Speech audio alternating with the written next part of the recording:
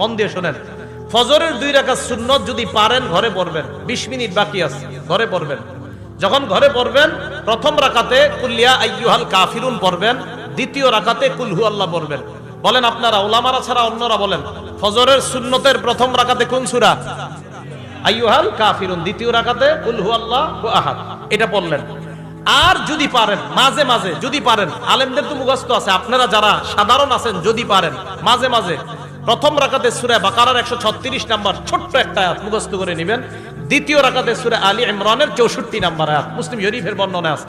প্রথম রাকাতে সূরা বাকারার 136, দ্বিতীয় রাকাতে সূরা আলী ইমরানের 64 নাম্বার আয়াত ফজরের সুন্নতের প্রথম এবং দ্বিতীয় রাকাতে পড়বেন। আর বেশিরভাগ সময় প্রথম রাকাতে কুল ইয়া আইয়ুহাল কাফিরুন, দ্বিতীয় রাকাতে কুল হু আল্লাহ। নবীজি মসজিদে আসছে, আসার পর দেখে এক ব্যক্তি সুন্নত পড়তেছে, তো ওই ব্যক্তির কেরাতের আওয়াজ হালকা নবীজির কানে আসছে।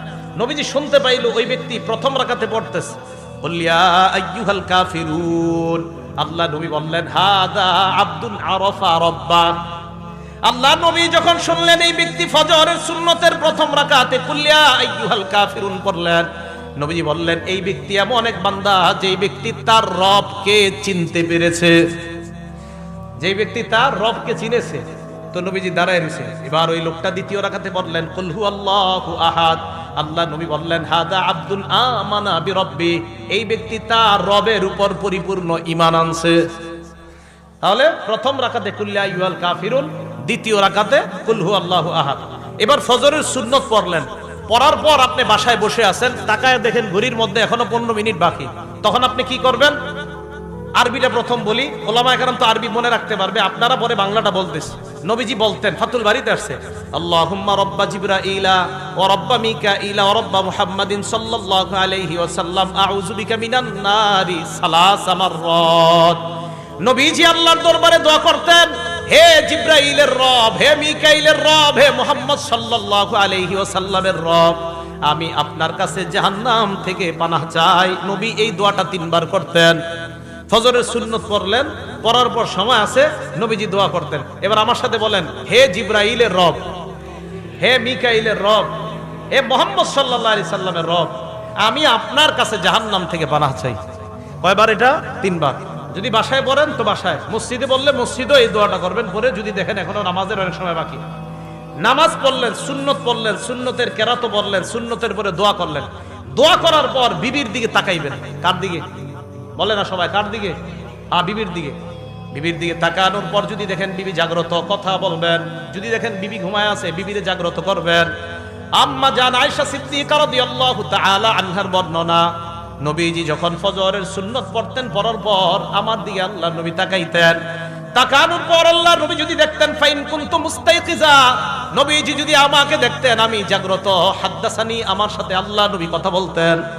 ওয়াইন কুনতু নাইমা আইকাযানি, আমাকে যদি দেখতেন আমি ঘুমন্ত, আল্লাহ নবী আমাকে জাগ্রত করে দিতেন। তাহলে ফজরের সুন্নত পড়ার পর বিবির সাথে এমনি 2-1টা কথা বলবেন, ধর্মীয় কথা, নবীর একটা সুন্নত আদায় করার সওয়াব পেয়ে যাবেন। আর বেবি যদি ঘুমায় থাকে তাকে জাগ্রত করবেন। এবার আসেন তৃতীয় আরেকটা সুন্নত বলি, 5 নম্বর আরেকটা সুন্নত, যদি পারেন আদায় করবেন, না পারলে সমস্যা নাই। আগে শুনেন, আম্মা জান আয়েশা বলেন, আল্লাহ নবী ফজরের 2 রাকাত সুন্নত পড়ার পর ইত্তাজা আলা শিত্তিহিল আইমান, ডান কাত হয়ে একটু শুয়ে থাকতেন। না আপনারা এটা করলে তো ঘুমায় যাবেন। ফজরের সুন্নত পড়ার পর হযরতে বেলাল নবীজিকে ডাকার আগ পর্যন্ত নবীজি ডান কাত হয়ে একটু শুয়ে থাকতেন। আপনারা কি করবেন? বেশি সময় না, আপনারা একটু শুইবেন আবার উঠে যাবেন, কারণ একদম আপনার শয়তান গিট মারবে, ঘুমা ঘুমা ঘুমা। তো নবীজি সাল্লাল্লাহু আলাইহি সাল্লাম এটা করতেন, ইত্তাজা আলা শিত্তিহিল আইমান, আবু দাউদ আসছে, বুখারীতে আসছে, এইভাবে নবীজি একটু শুইতেন।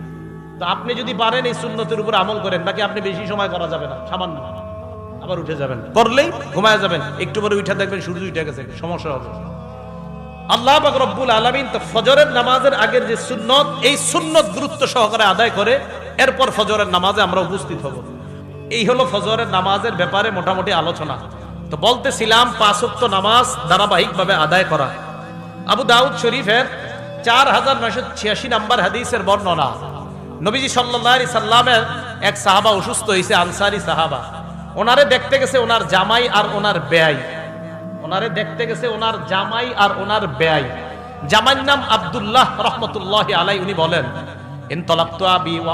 ইনতালাকতু আনা ওয়া আবি ইলা সিহরিন লানা মিনাল আনসার, আমি আর আমার আব্বা আমার আনসারি শ্বশুর বাড়িতে গেলাম, নাউদুহু অসুস্থ শ্বশুরকে দেখতে গেলাম। যাওয়ার পর আমরা তার সামনে বসা, হাদারতিস সালাহ নামাজের সময় হয়ে যায়। অসুস্থ ব্যক্তি পরিবারের একজনকে ডাক দিয়ে বললেন, ইতুনি বিল উযু লিউসাল্লিয়া ফাস্তারিহা, ওযুর পানি আনো, ওযু করে আমি নামাজ পড়ার মাধ্যমে আমি প্রশান্তি অর্জন করতে চাই। আমরা তাকে বললাম, আপনি অসুস্থ, এই মুহূর্তে নামাজ না পড়লে হবে, একটু পরে পড়েন। সাহাবা জবাব দিলেন, না না, নামাজ পড়ার মাধ্যমে আমি প্রশান্তি অর্জন করতে চাই। সামিআতু রাসূলুল্লাহ সাল্লাল্লাহু আলাইহি ওয়াসাল্লাম ইয়াকুল, আমি আল্লাহ নবীকে বলতে শুনলাম, নবীজি হযরত বেলালকে বলছে, বেলাল কুম ফাকিম ফারিহনা বিসসালাহ, বেলাল তুমি দাঁড়াও, ইকামত দাও, নামাজের ব্যবস্থা করো, নামাজের মাধ্যমে আমাদেরকে প্রশান্তি হওয়ার ব্যবস্থা করে দাও। তাহলে মুসলমান নামাজ পড়বে, কারণ নামাজ প্রশান্তির কারণ।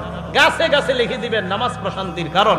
কারণ একদল লোক বের হয়েছে যারা টেলিভিশনে, ইউটিউবের মধ্যেও বিভিন্ন খানকা থেকে অ্যাডভারেজ দেয়। আপনি হতাশায় ভুগছেন, তা আমাদের খানকায় আসেন, 15 দিন থাকেন, 1 মাস থাকেন, ভালো হয়ে যাবেন। আপনারা গাছে গাছে লিখবেন, হতাশায় ভুগছেন, মসজিদে আসেন, হতাশা দূর হয়ে যাবে। নবীজি সাল্লাল্লাহু আলাইহি সাল্লাম বলছে, ফারিহনা বিসসালাহ, নামাজের মাধ্যমেই প্রশান্তি।